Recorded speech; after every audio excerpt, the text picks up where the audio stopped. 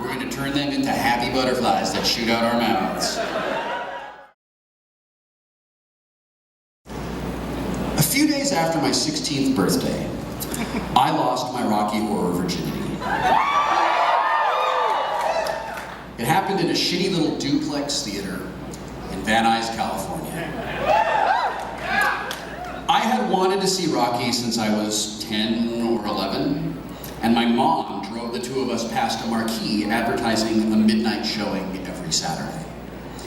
My parents couldn't or wouldn't tell me what it was about. My memory is hazy on that specific detail. But anything that happened at midnight on a Saturday sounded great to me. The creepy lettering and the word horror in the title only served to increase my anticipation.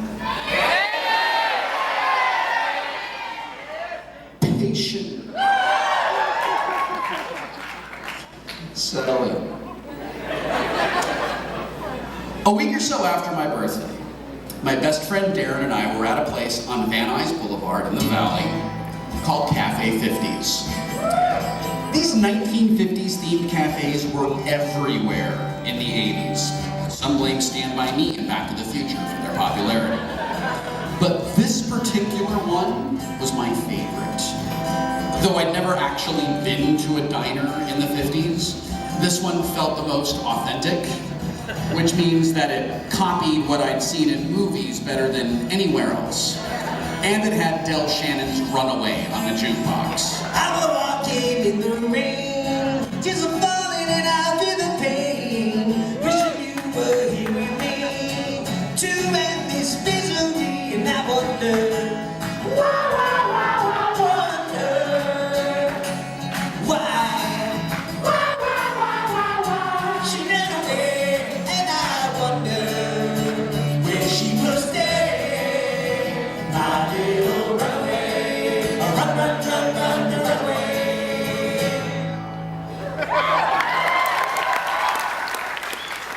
Darren and I gorged ourselves on patty melts and chocolate shakes and vanilla cokes and extra fries with ranch dressing while we talked about all of the things that seemed important after you discovered girls. Like, you know, how to talk to one.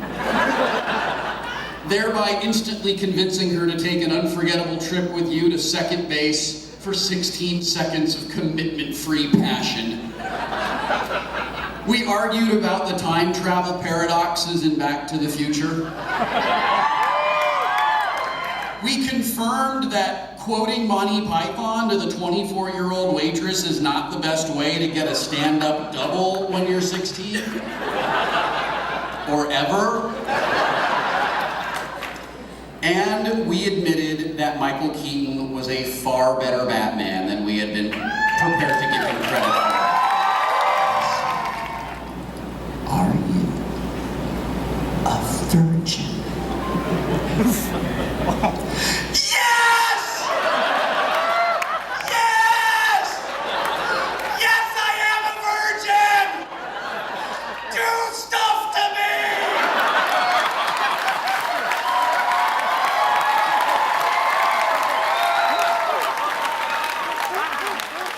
Her eyes flashed and she squeaked and she said, "This is gonna be fun."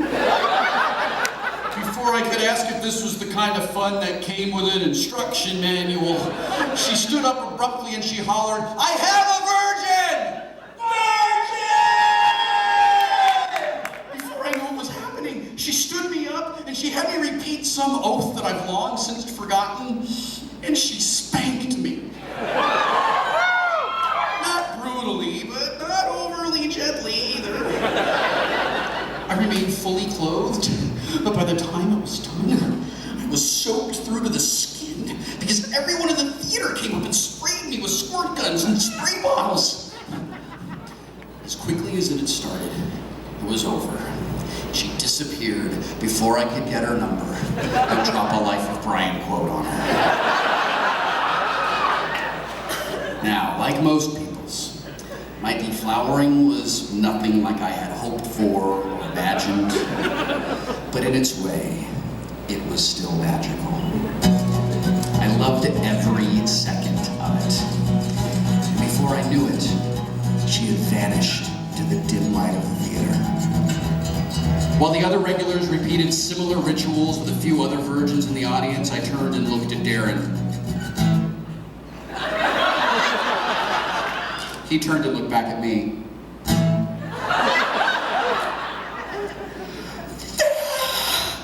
That was awesome! Not only had a girl practically showed me her boobs, she had touched my face seductively. And she spanked me. And she squirted me with a squirt gun. And she had talked to me on purpose.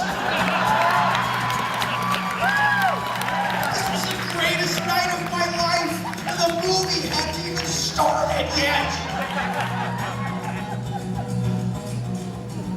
Lights went down, and the show began. I didn't know any of the lines, but I quickly figured out what to yell at Brad. And Janet. I threw my toast. I saw a guy with no fucking neck describe his balls. Heavy, black, and pendulous.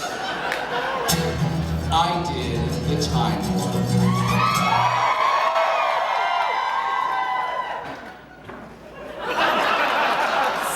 I watched the girl who had taken my rocky virginity play Magenta, which is why Magenta is my favorite character in the entire production to this day, 20 years later. When the movie was over, Darren and I drove back to La Crescenta in my slightly better than Patrick Stewart's Honda Prelude.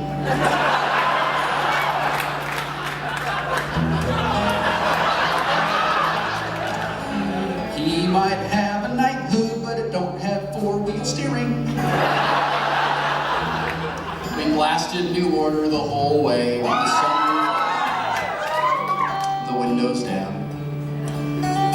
I dropped Darren off at his house. I know I got home around 3 a.m. I was so loaded with caffeine, sugar, and adrenaline, I didn't fall asleep until the sun came up. Now the movie was campy. And it wasn't especially good, but that wasn't the point. It was a shared experience, the Rocky Horror Picture Show. It was a place for misfits of all stripes to gather together once a week and fly our Transylvanian freak flags. For the next 2 years, Darren and I led an ever-growing group of our friends to Rocky, at least once a month, sometimes more, at the Rialto Theater in South Pasadena.